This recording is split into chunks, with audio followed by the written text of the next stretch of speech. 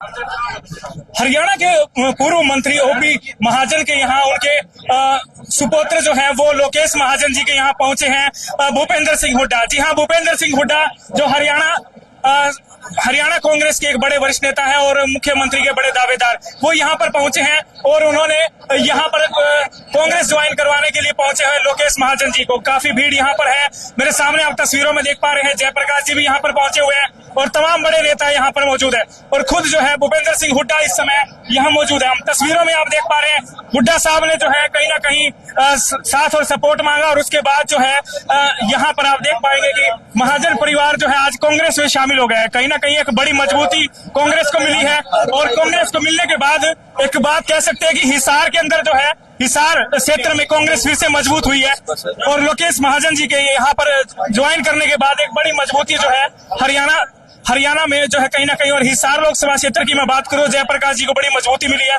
जिस तरीके से आप देख पा रहे हैं भूपेंद्र सिंह हुड्डा जी मौजूद हैं और तमाम बड़े नेता मौजूद हैं और यहाँ पहुंचे हुए हैं। और मैं बात करूं तो यहाँ पर जयप्रकाश जी भी मौजूद है, उनसे भी बातचीत करेंगे। और आज लोकेश महाजन जी हैं और उनसे भी बातचीत करेंगे। और आज तमाम बड़े नेता यहाँ पर पहुंचे हैं, उनको भी मैं आपको दिखा देता हूँ एक बार तस्वीरों के माध्यम से। तो एक बड़ा जन सैलाब यहाँ पर उमड़ा है और हिसार के अंदर सेक्टर 13 में जयप्रकाश जी मौजूद है, तस्वीरों में आप देख पा रहे हैं। और लोकेश महाजन जी के यहाँ पर पहुंचे हैं भूपेंद्र सिंह हुड्डा, जो अभी जलपान चल रहा है वो तस्वीरों में आप देख पा रहे हैं। हिसार के अंदर बड़ी मजबूती जो है वो कहीं ना कहीं कहूं तो कांग्रेस में हुई है, एक बड़ी मजबूती कह सकते हैं यहाँ पर हुई है। जिस तरीके से आज महाजन परिवार ने कांग्रेस ज्वाइन की है तो आप समझ सकते हैं कितना बड़ा एक बड़ा मजबूत, क्योंकि हरियाणा में ओपी महाजन जी हैं वो यहाँ कहीं ना कहीं इनके जुड़ने के बाद जो पंजाबी वोट बैंक है वो भी कहीं ना कहीं एक साथ इनके साथ आया हुआ है। तो अभी बातचीत करते हैं हुड्डा साहब से भी और लोकेश महाजन जी यहाँ पर मौजूद है। लगातार तस्वीरें आप देख रहे हैं।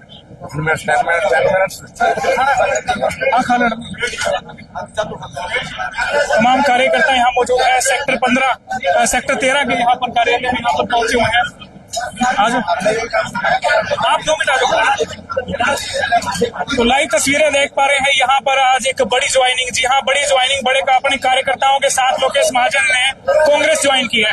कांग्रेस ज्वाइन की है और बड़ी मजबूती जो है अब कांग्रेस पार्टी को कहीं ना कहीं हुई है। हमारे साथ हमारे सहयोगी कैमरामैन यहाँ पर पहुंचे हुए हैं, यहाँ देख पा रहे हैं, फोटोग्राफी काफी अच्छी कर रहे हैं। और देखते ही उदय भान जी जो है वो यहाँ पर मौजूद है। जलपान का कार्यक्रम हो रहा है। भूपेंद्र सिंह हुड्डा जो है वो यहाँ पर पहुंचे, इन्होंने विधिवत रूप से कांग्रेस ज्वाइन करवाने का काम जो है वहाँ लोकेश महाजन जी को करवाया। लोकेश महाजन ने एक बड़ा नाम हिसार के अंदर है और हिसार के अंदर एक बड़े राजनीतिक घराने से, बड़े राजनीतिक परिवार से जो है वो है। और उसके बाद जो है कहें कि बहुत बड़ी जीत जो है कहीं ना कहीं एक बड़ा दावा जो है वो यहाँ पर हो रहा है। किस समय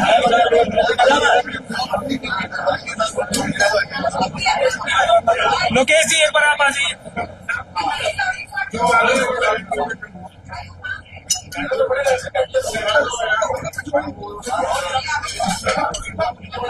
तो हिसार के अंदर सेक्टर 13 में हम लोग मौजूद हैं और जिस तरीके से ये सब तस्वीरें, लाइव तस्वीरें आप देख पा रहे हैं, कांग्रेस एक बड़ी मजबूत हुई है।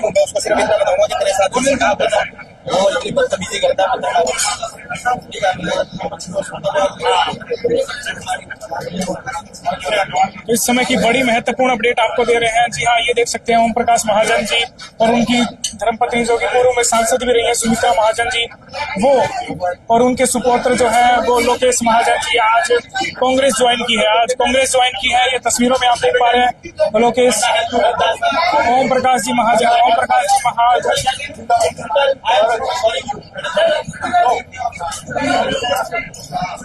तो देख सकते हैं यहाँ पर तस्वीरें आप देख पा रहे हैं किस तरीके से माहौल जो है वो बनता जा रहा है, किस तरीके से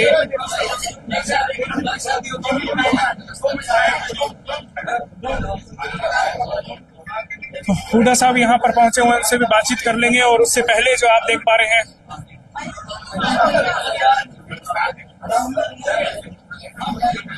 देख सकते हैं यहाँ पर लोकेश महाजन जी और यहाँ पर हुड्डा साहब पहुंच चुके हैं, भूपेंद्र सिंह हुड्डा, चौधरी भूपेंद्र सिंह हुड्डा जो है टी शर्ट से पकड़ के बाहर कर देते हैं। लोकेश महाजन जी क्या कुछ कहेंगे? एक मिनट मैं एक बार अपने एक बार जी जी जयप्रकाश जी हमारे साथ मौजूद है। नमस्कार सर। आज एक कहें कि एक बहुत बड़ी एक विशाल रैली कहें या एक बड़ी यात्रा निकाली गई आप लोगों के द्वारा और कहीं ना कहीं एक बड़ा रोड शो भी निकाला गया जिसको लेकर के काफी प्रभाव आप लोगों का देखने को बना। क्या कुछ कहेंगे इस बारे में? देखिए, कांग्रेस पार्टी की हवा और इंडिया गठबंधन में बड़ी तेजी से चल रही है। जी बीजेपी के उससे सहयोगी दल का घर आप गिर रहे हैं, इंडिया गठबंधन का उड़ रहा है। जी जिस तरीके से आप देख रहे हैं काफी माहौल, आप कह रहे हैं कि माहौल बदलता जा रहा है। क्या मान लें कितने वोटों से आप अपनी जीत को लेकर आश्वस्त हैं?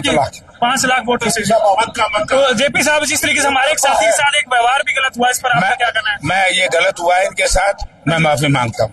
तो जेपी जयप्रकाश जी ने हमारे एक पत्रकार साथी के साथ गलत व्यवहार हुआ, उसके ऊपर वो नाराजगी भी जाहिर किया कि माफी मांगने की बात उन्होंने की। हमारे एक साथी है, हमारे एक साथी साथ गलत व्यवहार हुआ है, वो उसके लिए हम आपको बता देते कि बहुत ही गलत व्यवहार यहाँ पर बर्दाश्त नहीं चाहिए। जी क्या कुछ हुआ था, क्या कुछ हुआ था सर आप बताएं?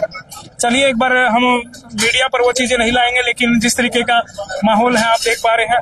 उदयमान जी से भी बातचीत करेंगे और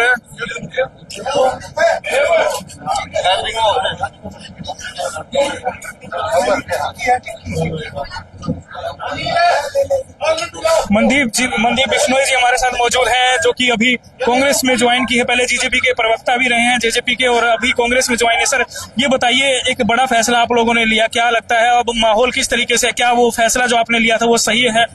देखिए, जब देश में बदली हुई परिस्थितियां हैं और हर व्यक्ति का ये दायित्व है कि वो इन परिस्थितियों में देश हित में, राष्ट्र हित में एक अच्छा फैसला लें, ताकि क्योंकि परिवर्तन आज समय की मांग है। क्योंकि जिस प्रकार से बार बार संविधान को बदलने की बात की जा रही है, तो संविधान 1947 की आजादी के बाद 1950 में हमें वो एक गणतंत्र हम हुए थे और भारत पूरे उस संविधान से चलता है, उसको किसी भी सूरत में जनता नहीं बदलने देगी। आज जिस प्रकार से प्रधानमंत्री नरेंद्र मोदी जी जिस प्रकार भैंस के चुराने की बात कह रही है, मेरे ख्याल से ये प्रधानमंत्री के लेवल की बात नहीं है। वो मुसलमान मंगलसूत्र और आज वो भैंस चुराने और सोना चुराने पर आ गई है, तो कहीं ना कहीं उनके पास मुद्दे नहीं है। 10 साल के परिवर्तन के बाद, 10 साल की सत्ता के बाद उन्हें अपनी उपलब्धियों के बारे में बताना चाहिए था, ना कि किसी और की नाकामी के बारे में। अगर आज किसी को भय है तो मोदी की सरकार से हो सकता है, किसी और से नहीं है। चुनाव जनता का चुनाव है और निश्चित तौर पर पूरे देश के अंदर बदलाव होने जा रहा है। तो बदलाव की बात आप कर रहे हैं, बदलाव एक तरफ से बीजेपी कह रही है कि हम बड़ा बदलाव लाएंगे, जेजेपी कह रही है हम बड़ा बदलाव, इनेलो है वो कह रही है हम बड़ा बदलाव लाएंगे, आप कह रहे हैं आप बड़ा बदलाव मानते कि किस तरीके से बदलाव? देखिए, अगर भारतीय जनता पार्टी को बदलाव लेकर के आती तो 2014 में उसे मौका दिया गया था। 10 साल के दौरान उन्होंने केवल झूठ और जुमलेबाजी के अलावा कुछ नहीं दिया। आज भी प्रधानमंत्री की जो भाषा हम देख रहे हैं, केवल उन्हें विकास का मुद्दा कोई नहीं है, ना उसमें बेरोजगारी शब्द है, ना महंगाई शब्द है। केवल और केवल राहुल गांधी को शहजादा कह करके वो बरगलाने की बात कर रहे हैं, लेकिन खुद शहंशाहों जैसी जिंदगी जी रहे हैं। और देश और प्रदेश की जनता उन्हें निश्चित तौर पर बदल के परिवर्तन की एक जो नींव है वो रखी जाएगी और पूरे देश के अंदर परिवर्तन होगा। जी प्रधानमंत्री अगर आप बनाना चाहते हैं राहुल गांधी, लेकिन राहुल गांधी के बारे में बहुत से लगातार वीडियोज भी आते रहते हैं अलग अलग तरीके की, और कहीं ना कहीं प्रधानमंत्री के रूप में लोग असमंजस में है कि क्या राहुल गांधी को चुने या फिर से मोदी को चुने, क्या कहेंगे? देखिए, जिस प्रकार से 4000 किलोमीटर की लंबी पदयात्रा कश्मीर से लेकर कन्याकुमारी तक राहुल गांधी जी ने की है, वो जनता से जुड़े हैं, जनता की समस्याओं को जान करके उन्हें कांग्रेस के मैनिफेस्टो में शामिल किया है। और आज कांग्रेस के मैनिफेस्टो से भारतीय जनता पार्टी इतनी ज्यादा घबरा गई है कि नरेंद्र मोदी जी को उन मैनिफेस्टो के बारे में कहना पड़ रहा है कि उसमें मुस्लिम लीग शब्द है। लेकिन बार बार खड़गे जी ने उनसे समय मांगा कि कहाँ मुस्लिम लीग का शब्द है, कहाँ पे मुसलमान वर्ड उसके अंदर यूज किया गया, उसके बारे में समय मांगा गया। लेकिन उसके बाद से प्रधानमंत्री जी उसके बारे में बोलना बंद कर दिया। आज राहुल गांधी में एक बदलाव है, एक परिवर्तन दिख रहा है, एक परिपक्व राजनीतिज्ञ उनके अंदर नजर आ रहा है, तो निश्चित तौर पर देश की जनता उनमें विश्वास करेगी। धन्यवाद सर। यहाँ पर राजेंद्र सूरा जी भी मौजूद हैं, इनसे भी बातचीत कर लेते हैं। राजेंद्र सूरा जी, लगातार हम आपको तस्वीरें दिखाते रहे हैं। राजेंद्र सूरा जी काफी भागदौड़ कर रहे हैं, काफी मेहनत कर रहे हैं और कांग्रेस के एक बड़े वरिष्ठ नेता भी हैं, तो इनसे बातचीत कर लेते हैं। पूर्व में चेयरमैन भी रहे हैं और लगातार जैसे इनको कमान संभाली गई तब से लगातार लगे हो। सर, कितने गाँव में आप लोगों का दौरा अब तक हो चुका है? किस तरह की तैयारियां आप लोगों की चल रही है? आदमपुर हल्का पूरा कंप्लीट हो चुका है और आज हमने नॉमिनेशन भर दिया है और पूरे नौके हल्के में हर गांव में जाएंगे। और जाने की जरूरत भी इसलिए नहीं हो रही है कि हमारे तो जो जनता है, कार्यकर्ता है, वो सब अपना चुनाव समझ करके और सब चुनाव लड़ रहे हैं।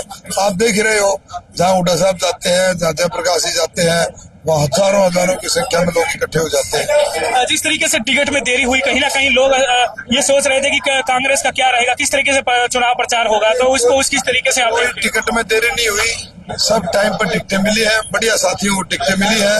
और आप देख रहे हो, जितना वो एक महीने में इतने लोगों से नहीं मिल सके, उतना हमें एक दिन में मिल रही है इतने जनता से। हम सब साथी मिलकर के कांग्रेस के उम्मीदवार को लाखों वोटों से जितवाएंगे और बरवाड़ा हल्के से हम सारे साथी मिलके लगभग 35,000 वोट से कांग्रेस पार्टी के उम्मीदवार की जीत दर्ज करेंगे। धन्यवाद। सूरा साहब ने कहा कि भाई बड़ी जीत जो है वो यहाँ पर होगी। और उदय भान जी हमारे साथ मौजूद हैं, जो कि अध्यक्ष हैं हरियाणा सरकार के। उदय भान जी हमारे साथ मौजूद है। उदय भान जी नमस्कार।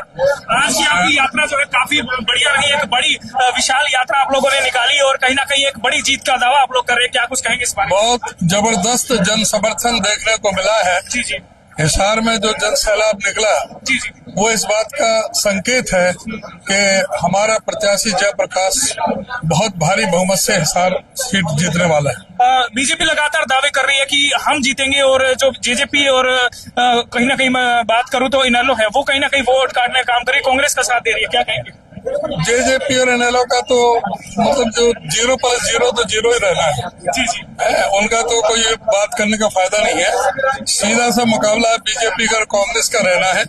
और बीजेपी ने जिस तरह से लोगों को परेशान किया, किसानों को परेशान किया, महिला हमारे पहलवानों के साथ हुआ, जिस तरह से हरियाणा में इन्होंने निरंकुश शासन जो चलाया है, उससे लोगों के अंदर बहुत भारी गुस्सा है।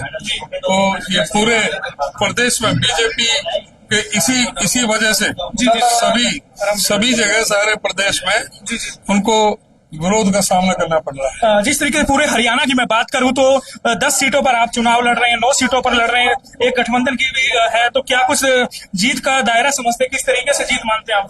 इंडिया गठबंधन 10 के 10 सीटें जीतने जा रहा है। एक विधानसभा की बाई इलेक्शन करनाल की जीतने जा रहा है। धन्यवाद उदयभान जी। अध्यक्ष महोदय उदयभान सिंह जी यहाँ पर मौजूद हैं और जिस तरीके से एक बड़ा बदलाव जो है यहाँ पर हो रहा है और देखते ही यहाँ पर जिस तरीके के हालात हो रहे हैं, लाइव तस्वीर